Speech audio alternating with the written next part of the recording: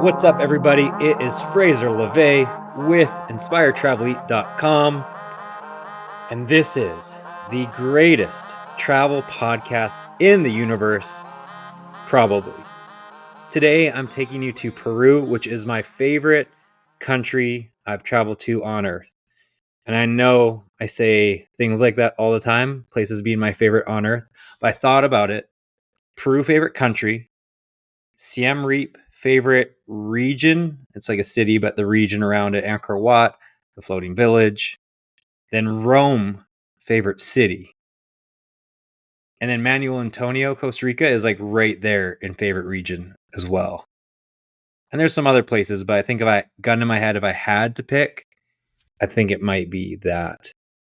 So, with that said, Peru is my favorite country on earth that I've been to for a multitude of reasons. I started to look through all my articles on Peru and I realized there's like a lot to unpack. So I'm just going to kind of give you a what you must do, like itinerary, and kind of highlight top things to do in each place and why it's the best place on earth, best country. And then from there, I'll kind of go into each place and dissect it a little bit more. Or you can just go to inspiretravellead.com and read the articles for yourself and not have to listen to me. But where's the fun in that? Because sometimes I say stupid things or swear or curse out locals in a certain area. Not Peru. Peru locals are amazing. American locals, they're the assholes. But yeah, let's get into it. Peru, why is it my favorite place on earth? First of all, you have to love adventure. So if you don't love adventure, then I don't even know why you listen to this podcast or read anything I write, because it's not for you. There's two types of people. I've said this, I think, before a bunch. There's people who vacation and there's people who travel. People who vacation are the ones who just go to a beach, like in the Caribbean, and sit there and drink and don't do anything really. Maybe go fishing and do a bunch of white people shit. Then there's people who travel. And when I say white people shit, I mean more like American white, like very safe, stay in a resort, not like Aussie or Canadian white people, obviously. Yeah, let's tackle racism here. Let's do it. No, so people who travel, love to see the world, love to adventure, love to experience different cultures, dive right into it, see things you could never see at home, sights, foods, ways of living, just everything, diving into a culture. So Peru is a beautiful spot. It's also very safe. So there's some places you can go that aren't as safe, like lack of a better word. So you feel it's by no means Americanized, but you still feel like as if you're in a Costa Rica or something like that. So you're not really going to some foreign land where people don't speak English and you're lost. It's easy to get around the main hubs. So don't worry about feeling overwhelmed if you're not a seasoned traveler. It's very much like, in terms of the people and English, like a Mexico, a Costa Rica. So it's great. But if you go to Peru, you have to go to two places. You have to go to Cusco and you have to go to the Amazon. Cusco is one of my favorite cities on earth, as we like to say, but it's true. It's truly out of a storybook, like the tile roofs or whatever the roof's called. I forget, but you look over the city and it's just stunning. The cost. Peru is also the cheapest place in like Latin America I've ever been. It's just like Southeast Asia. It's unreal how cheap everything is. The food, like a $40 meal in the US, you get for like $10. I had a tomahawk steak that would be easily like $150, $200 in the US in a restaurant overlooking all of Cusco, the prettiest view I've had while eating, at least one of the top ones. And I think it was like $30 maybe, and like that included drinks and stuff. At most 50. It was outrageous. Also, there's tons of hiking, and so massages start at like $10. Incredible. The buying like goods, there's so much to do. So affordability, it's not like cheap to fly into, but it's not awful. And just the adventure. So Cusco is amazing. It's also the gateway to Machu Picchu, which, of course, if you know anything Machu Picchu is a great place to be. So have to check that out. It's one of the 8 wonders of the world. There's now 8 new wonders of the world, and that's one of them. And Sacred Valley is also just outside of Cusco. It's actually on the way to Machu Picchu. So the Sacred Valley has so much, which I'll dive into. But it's a stunning place to go. And there's some hikes and viewpoints within Cusco. There's just beautiful little town. It's truly, when you Google quaint, cute, perfect towns to visit, this is it. It's surrounded by mountains. It's incredible. And I'll dive into more of Cusco after I cover the places you need to go and how long. Next, you have to go to the rainforest. There's 2 places, main places to visit the rainforest in Peru. The Amazon, sorry. So it's the Amazon rainforest, not just any rainforest. It's the actual Amazon rainforest, the most well-known rainforest in the world. You can visit when you're in Peru. I get like talking about when I was reading about Peru, like to go over things not to forget, and read through my old articles. I literally got like hair standing up on my arms. I don't have any hair on my arms, but if I did, I'd imagine if I was hairier, maybe it would just stand up. But it was almost like when you're craving like pickles, let's say, if you love pickles like myself, and your mouth starts watering in the back. Same thing for Peru when I was reading about it. I was like, oh my God, this trip was amazing. Like, I started getting so excited. And I'm actually going to Costa Rica tomorrow. So I'm super excited to travel and see some unique stuff. Where was it? So the Amazon. When will you ever get to go to the Amazon? There's only a few places you can visit where you can go to the Amazon. So that's a bucket list in itself. And you're literally in the jungle. There's 2 places like I was going into before I ranted: Iquitos and Puerto Maldonado. Sorry for my pronunciations. Do Puerto Maldonado if you're short on time, because it's much easier to get to from like the hubs like Cusco or Lima, where Iquitos is harder to get to, and the town itself is harder to get to from the airport. So much simpler to do Puerto Maldonado. They both have high pros and cons. Like, both have different animals. Iquitos actually has pink dolphins. You're not assured to see them, but you know, they have those. There's also endangered river otters in Puerto Maldonado. So, I mean, either one you go to, you're going to get to see some incredible things. I saw river otters, monkeys, alligators, and tarantulas. I went on a night tarantula hunt, which sounds awful. I don't want to say it wasn't. Like, it was cool, but it's nothing that would be like, hey, I want to go hunt for tarantulas. Thankfully, they knew where they were. They weren't like coming out of trees attacking you, because tarantulas live like typically in the ground. So thankfully for that, like, we were walking and all of a sudden there's one here. That wouldn't be great. So the Amazon, I stayed at Inca Terra Amazonica. Again, go to the website. You can find the names and the locations of this. It was a cool place. I've stayed in some really cool places. Top 5, I think it would have to be, of places I've ever stayed. 100% top 10, probably top 5. Yeah, it could even be number 1. It was just my own little cabin next to the Amazon River, and it was just like out of a movie. Truly, it was so beautiful, and they organize all your tours. It's definitely a little bit on the pricey side, but they hooked me up for talking about them and writing about them. But I stand behind it because it's amazing. Inca Terra Amazonica, I'm pretty sure it's called, and they pick you up from the airport. They have all of their tours within their place. So, I mean, you just get picked up in their boats and take you to everywhere, or they hike right through the jungle to your places. They also have like a canopy of their own where you hike the canopy of the jungle and like have incredible views and these bridges and everything else. It is incredible. Absolutely stunning. Actually, 3 of my favorite hotels are in Peru. So I'll talk about those a little bit. But so the Amazon, have to go. How long to go? I think you have to be at least there for 2 weeks. You can do it in 10 days. It'll be rushed. So 2 weeks would be great, because go to Cusco which includes spending a couple days or more at in the Machu Picchu area with like your hike and such. So you need at least 6 to 10 days in Cusco to include Machu Picchu and the Sacred Valley. So I'm just saying that whole kind of area in one, because Cusco you could spend a week there if you wanted to just alone. But I would say 3 to 4 days in Cusco or more, 2 to 3 in the Sacred Valley, and then 2 to 4, depending what hike you do for Machu Picchu or how you visit that. And 3 nights, 4 days in the Amazon is enough.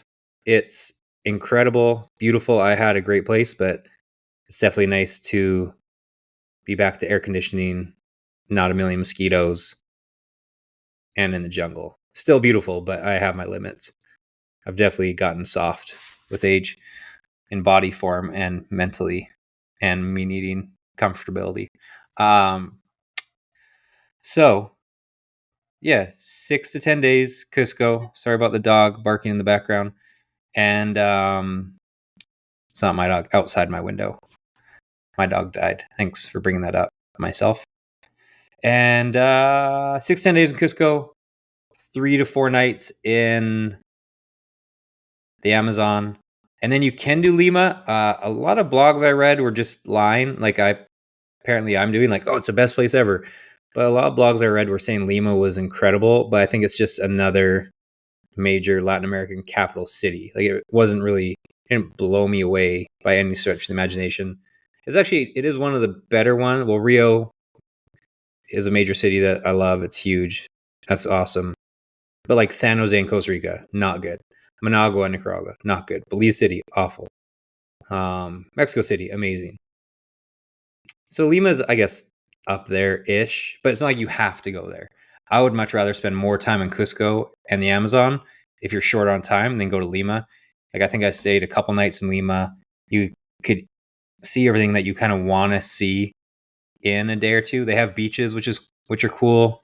But it's kind of like Los Angeles, like city beaches. They're not exactly white sand and all that. They're pretty meh. If you get outside of Lima, then there's some beautiful beaches like way up the coast. Still not amazing ones, but nice enough. And then there's also like a in the desert, what's like where people have mirages, and an oasis. Thank you. An oasis in the desert outside of Lima. I think a few hours. So that's something cool to do. But again, I wouldn't. The time of getting into Lima, getting to your hotel, doing all this stuff. If you can avoid it, I would spend more time in Cusco and Amazon and really do those right than rush around just to fit in Lima for the sake of it. With that said, sometimes you might have to stay in Lima just because of your flight. So if you do have a chance, there's a few places like Barranco is pretty, and Miraflores is kind of the more urban touristy area. Didn't really love that. It was just kind of urban and touristy, where Barranco, or I think it's what it's called. Yeah, Barranco was like, definitely felt like you're in a different country. It was much more authentic, just way more authentic. So I really love that. And they have some incredible hotels. If I remember the hotel I stayed at, again, one of the most amazing hotels I've ever stayed at. I had like a floating bathtub. Go to my website, inspiretravel.com, and see this place. My bathtub was like an apartment, or my bathroom was like an apartment. It was outrageous. And Via Barranco, which I know I'm not rolling my R's for Barranco because I can't roll my R's, but it's an old Republican house built in the 20s. And I don't mean like Republican, like Trump Republican. I think that's just a term they use for structures. And I had a like spiral staircase that went up to a little loft. So if someone wanted to stay with me, they could stay in my loft. And there was my own patio at the loft, overlooking like some of Lima. Stunning. Villa Branco, stunning place. So if you're in Lima, check that out. It is pricey, but worth it. And you're right in the heart of everything. I walked to all these great restaurants. There's one of the cooler bars in the world. It's Ayahuasca. It's aptly named Ayahuasca. and it's one of the best bars I've ever seen. It was really cool with multiple rooms and like the decor. It was so pretty. And like I said, really good restaurants. I met a guy. Sorry, I keep on tangents. So I'll try and keep this short. Let me come back to the story. Oh no, I guess we're kind of done the recap of where you should go. So now we can dive into each of these places. I want to dive into Cusco first because it's the most magical, but I'll knock the story out. So I'm from a small meh town in Canada called Kamloops. Ryan Glanville will tell you it's the greatest city on earth. It's got tourism, it's got a ski hill, top 3 in the country. It's got a great GDP. It's a great place to raise a family. There's a lake. There's multiple lakes within driving distance. So Ryan should be the leader of the Kamloops tourism company, if that's the thing. So he will tell you it's a great place. I will tell you it's not. I also grew up in the shittiest area of this town. The town that's not even that great in general already. But so why am I telling you that? Okay. So I go to this restaurant. I think it was Kala, which is ironic because the main place in a main restaurant in Phoenix, there's Scottsdale, is called Kala that I love. I think it was called Kala. And if it's not, I found it.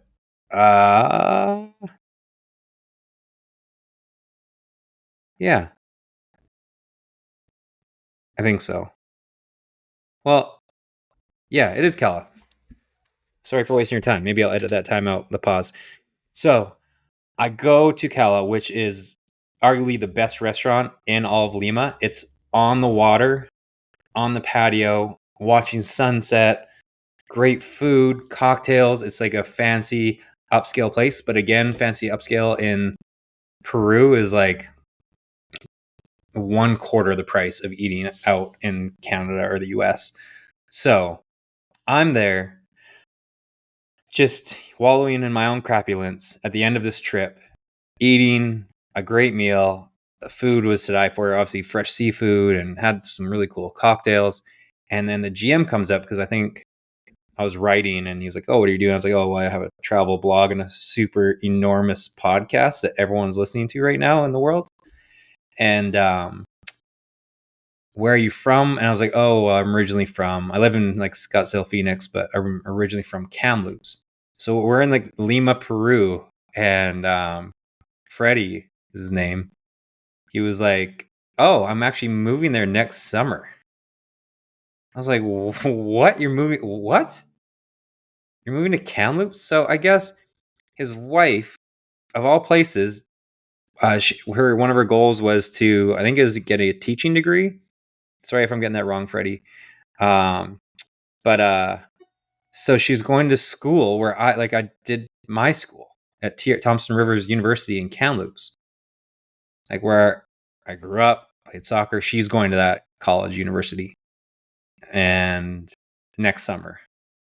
Very bizarre. Moved his whole family, 3 kids. They live actually kind of near where I used to live on the North Shore. At least that's where they started when they first got there. Probably like 5-minute walking from where I grew up. Insanity. And so yeah, we kept in contact. He's still living there. And this is like 3 years ago, 2021, I think.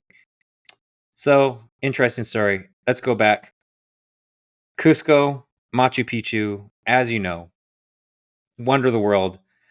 Cusco itself, there's like some hikes in there, some great stuff to do. How you can hike Machu Picchu, there's 3 ways to do it. If you want to do the Inca Trail hike, which I really suggest you do, and all abilities can do it unless you're really like unable to do it physically. I went with a family and some other people who just weren't in amazing shape. That you stop a bunch, there's food. It's definitely grueling, but with all the stops and such, like most able-bodied people could do it. It's still tough though. So if you're not able to hike at all or not like 50% or above, don't do it. And you can do the 1-day hike. Well, it's like 2 days, or the 4 days. And the 2-day is basically 1 day, stay overnight, and then you go see Machu Picchu again. I was short on time, so I did the overnight one versus the 3-night one. But I guess the 3-night one, you only really see like one different thing that's significantly better than what you're missing if you do the 2-night thing. So you don't really miss out a ton. You see all the main stuff you have to see. Like there's another set of ruins or two on the way to Machu Picchu that are really pretty. So you get to see all those. Hike the Inca Trail, which of course is iconic.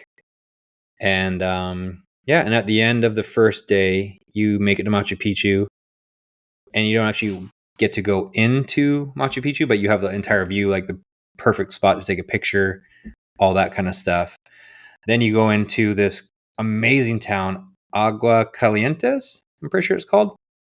And it's this cool, tiny, I wish I had more time to stay there. You sleep there that one night. You can tent or pay for a hotel. I paid to upgrade to a hotel, of course, because like I said, I'm getting bougie and old, and I'm not being uncomfortable if I don't have to be. So my entire life is uncomfortable. So why would I pick my hotels to be uncomfortable?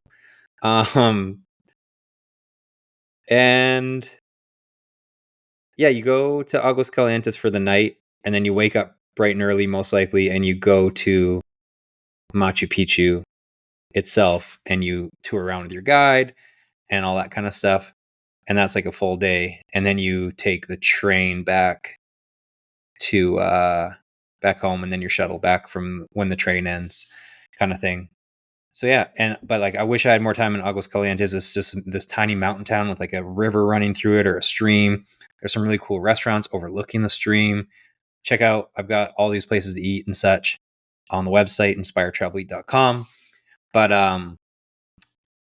yeah, it's just a really cool spot. And you have to go to Machu Picchu and do that. You can't hike the Inca Trail without a guide, so you have to have an actual guide to be able to go on the trail. However, if you want to do it by yourself, not the Inca Trail, but Machu Picchu, you can take a shuttle to the train stop. The train stop place is escaping me, but it's easily searchable, where you catch the train, and the train takes you to Aguas Calientes, where you buy your tickets, or you buy tickets online to Machu Picchu. And then, yeah, you go on your tour, and you can walk it by yourself. But I never say use a guide for much, but a guide for Machu Picchu is really important because there's stuff you would never know what it was. You literally just walk around and see sights and be done with it, which is fine. But the Inca people were really huge on using the stars and the sun, astrology. Pretty sure, yeah. I mean astrology. And they're huge astronomers. That's the term I'm looking for. Huge astronomers, where they use the sun and light and stuff for everything in their village. So you can see all this use of the sundials and all else to really form a lot of their functionality in the town. I don't know, it's just really unique. Among other things, you get explained what all these like certain locations were, where people lived, and it's really interesting. So definitely have a guide. I wish I could remember my guide company. There's two. My friend has one as well. So two people you can use. Shoot. The one, go to the site. Please just go to the site so you can have like the full direction of what you need to do and the companies to use. But Assert Expeditions, why can't I remember? I feel bad not giving him a shout out. So this is why I'm looking for it just for you.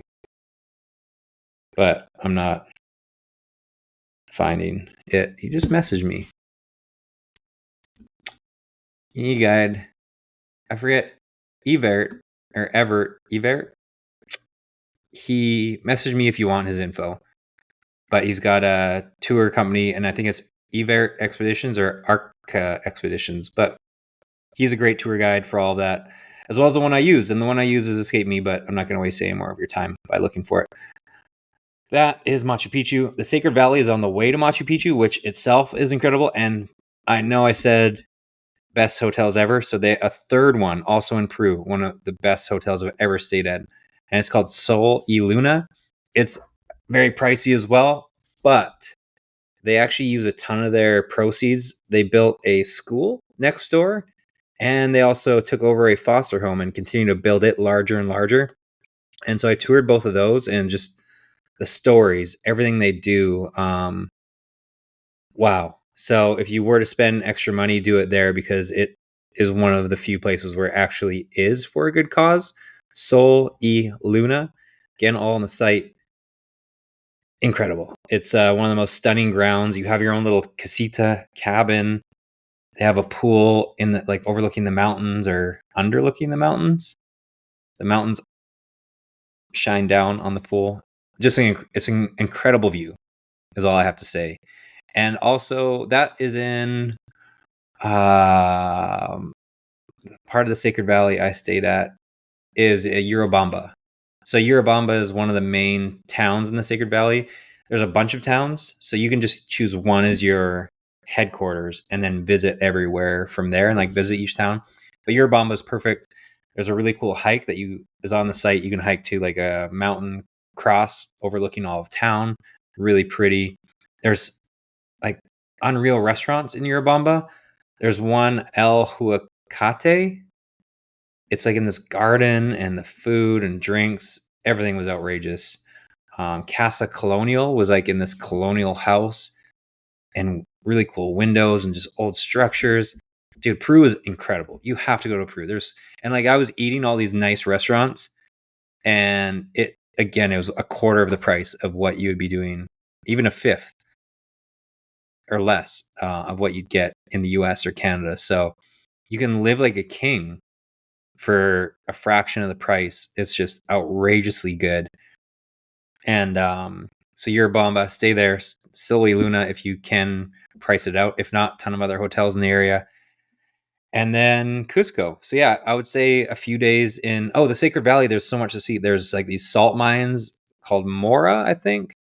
That it's just Google it. The Peru salt mines. Just a stunning picture and view. Then there's a bunch of ruins you can visit as well. Let's see if I can remember what they are. Machu Picchu, Lima, places to eat, best hotel. Really, I'm just screwing around here. We'll talk about Cusco as well as the Sacred Valley. So,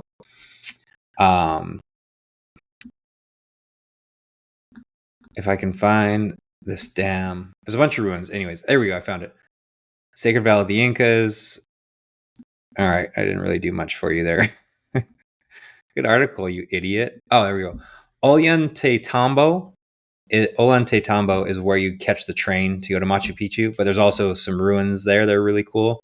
So it's a neat little town. The More and Mara salt mines is what I was talking about. So those are great. And Pisac is these ruins are like circles, and they kind of go up at like levels.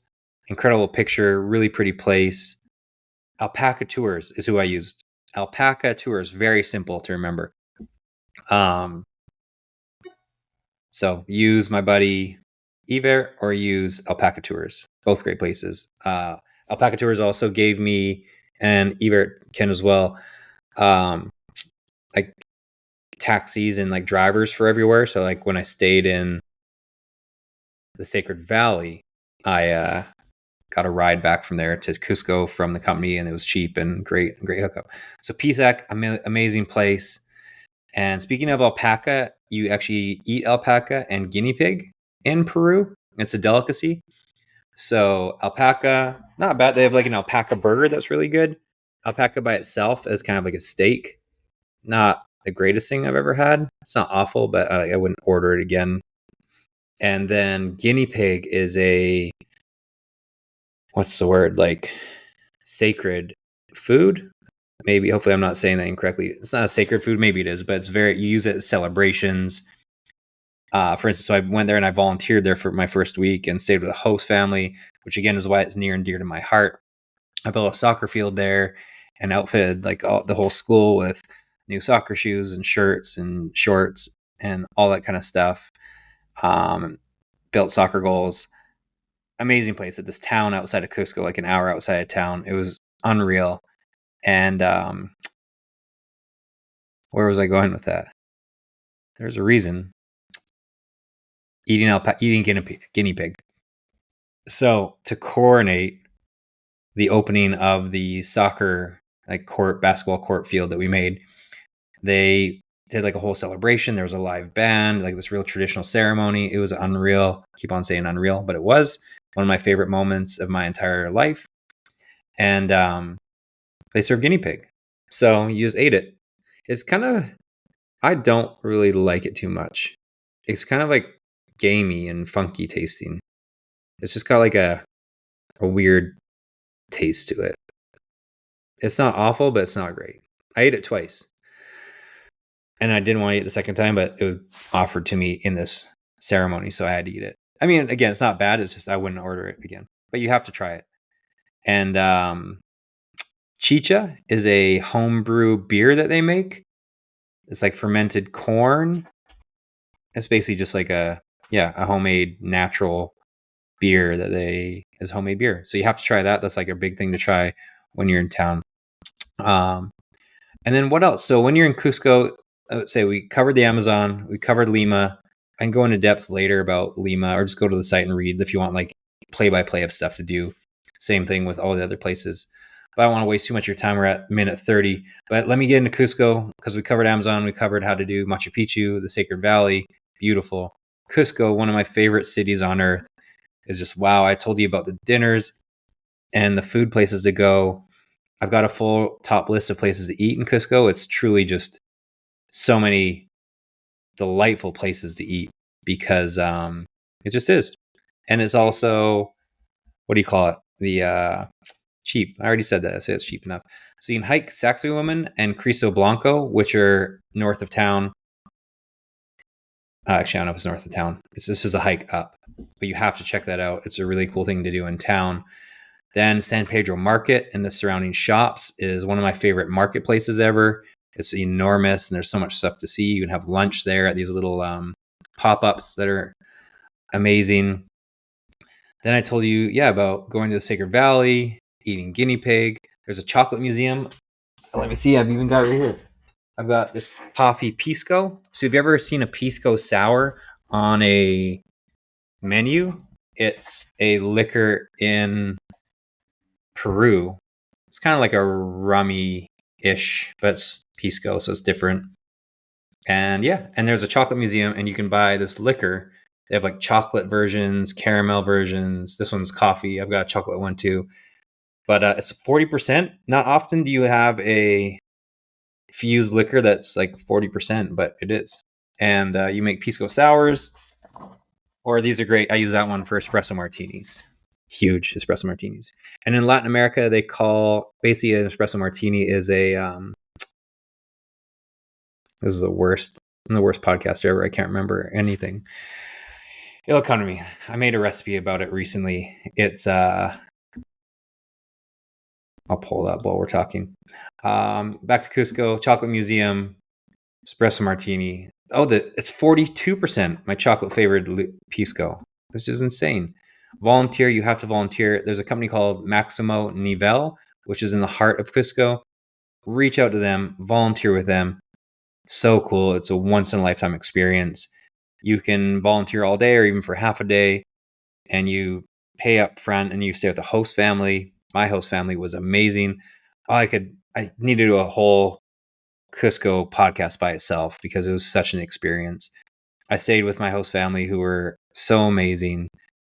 And it was like the mom, she didn't speak English.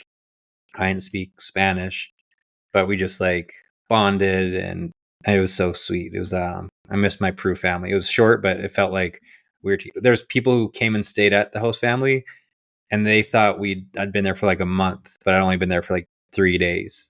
They're like, wait, you've only been here 3 days? Like, yeah, this is my family. So it really was something special. Plaza de Armas in Cusco was this plaza, just a really stunning plaza that you have to visit. Very easy. Everyone, not hard to find. It's in the middle of town. I could, just continue to go on about Cusco and I'll always have a very special place in my heart. There's the Golden Temple of the Sun, which was featured in a movie recently I watched, but I forget what movie. It may have been the new Mission Impossible, but I could be wrong. Hike the Inca Trail. San Blas is this nice neighborhood in Cusco that's just kind of hilly and it's got a bunch of really pretty cafes and restaurants and cobblestone streets. The streets are pretty much all cobblestone, which really just adds to the feel of this town when you're in it. And I wish I could remember what these damn roofs are called. They're like the red tile curve roofs. There's a name for it. but it just makes everything prettier. Eat like royalty. I mentioned my tomahawk steak was $25. It was ridiculous. Stay at Soli Luna. There's some incredible views all around town. Yeah, I think that it's really cheap to shop. I did all my Christmas shopping in Peru. I bought I'm sure my family thought I spent $1,000 on them, like my aunts, my mom, sister, but it literally was like nothing. So it was so cheap and incredible stuff. And that's about it. So go to Peru if you've listened this long. Magical. It's truly a magical place. I think the best country I've ever been to, and just so much stuff to do. You have to do it. Thank you for listening. I'll dive into maybe more of these places one by one down the road. But for now, that's the overarching. Stay at least 14 days. I guess 10 days worst case, but if you can make it 14, do 14. Do Cusco. I already said it. I'm not going to repeat myself a 10th time. InspiredTravelEat.com for all of these articles so you can read about it one by one. And I'll talk to you after Costa Rica. This is the greatest travel podcast in the universe.